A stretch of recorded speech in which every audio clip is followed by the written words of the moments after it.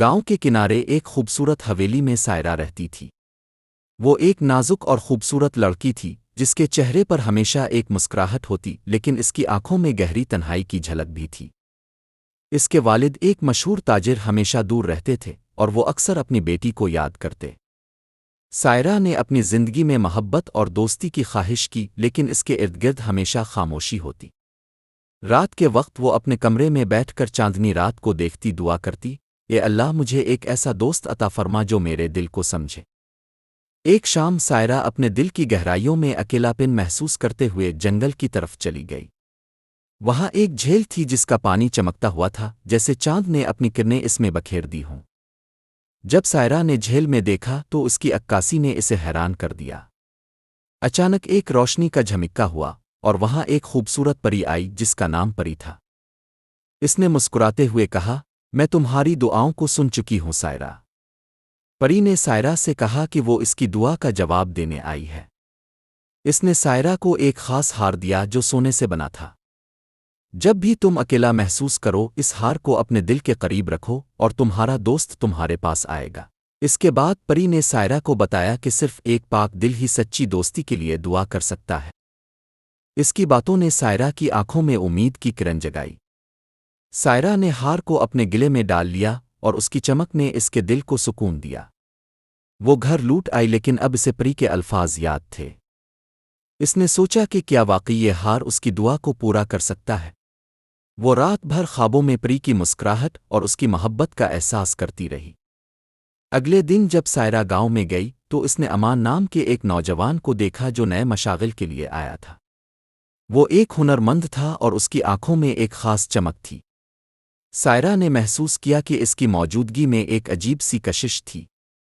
امان نے بھی سائرہ کی خوبصورتی اور مہربانی کو محسوس کیا اور جلد ہی وہ ایک دوسرے کے قریب آ گئے۔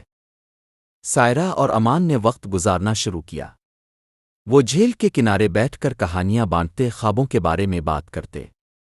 امان نے سائرہ کو اپنے سفر کی کہانیاں سنائیں اور سائرہ نے اپنی تنہائی کا ذکر کیا۔ دونوں نے محسوس کیا کہ وہ ایک دوسرے کے لیے خوشی کا سبب بن رہے ہیں۔ ایک شام سائرہ کی دل کی گہرائیوں میں اداسی کا احساس ہوا۔ اس نے ہار کو مضبوطی سے پکڑا اور دل کی گہرائیوں سے دعا کی، اے اللہ مجھے ایک سچا دوست عطا فرما۔ اچانک امان وہاں موجود تھا۔ وہ جیسے ہی اس کے قریب آیا سائرہ کے دل کی دھڑکن تیز ہو گئی۔ امان نے سائرہ کو بتایا کہ وہ بھی پری سے ملا تھا اور اس نے اسے بھی ایک ہار دیا تھا۔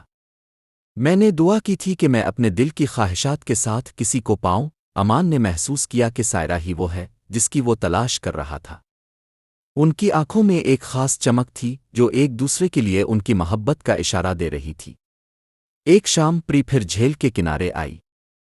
اس نے کہا کہ ان کی دوستی سچی ہے لیکن انہیں اپنی محبت کی طاقت کو ثابت کرنے کے لیے ایک امتحان دینا ہوگا۔ انہیں ایک نایاب پھول تلاش کرنا ہوگا جو صرف جنگل کے دل میں کھلتا ہے۔ یہ پھول ان کی محبت کی علامت بنے گا۔ سائرہ اور امان نے ہمت پکڑی اور جنگل میں داخل ہوئے۔ راستے میں انہیں کئی مشکلات کا سامنا کرنا پڑا، دریا کی تیز لہریں، اونچی چڑھائیاں اور چھپے ہوئے کانٹے۔ مگر انہوں نے ایک دوسرے کا ساتھ دیا اور ہر مشکل کا سامنا کیا جس سے ان کا اعتماد مزید مضبوط ہوا۔ آخرکار انہوں نے نایاب پھول کو پایا۔ پھول کی چمک اور خوشبو نے انہیں مسحور کر دیا۔ لیکن اچانک ایک سایہ نمودار ہوا جس نے ان کے دلوں میں شکوک پیدا کرنا شروع کر دیا۔ اس نے کہا، سچی دوستی ایک دھوکہ ہے۔ امان کی ہچکچاہٹ نے سائرہ کو ہمت دلائی اور اس نے امان سے کہا، ہماری دوستی سچی ہے اور ہم اس چیلنج کو پار کریں گے۔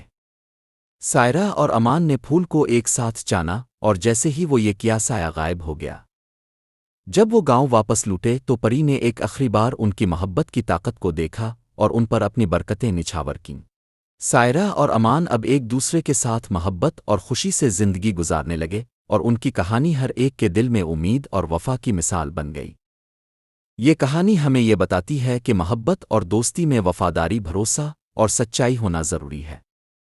جب ہم اپنے دل سے دعا کرتے ہیں اور سچی نیت سے کوشش کرتے ہیں تو اللہ ہماری مدد کرتا ہے اور ہمیں وہ چیزیں عطا کرتا ہے جو ہماری خوشی کا سبب بن سکتی ہے۔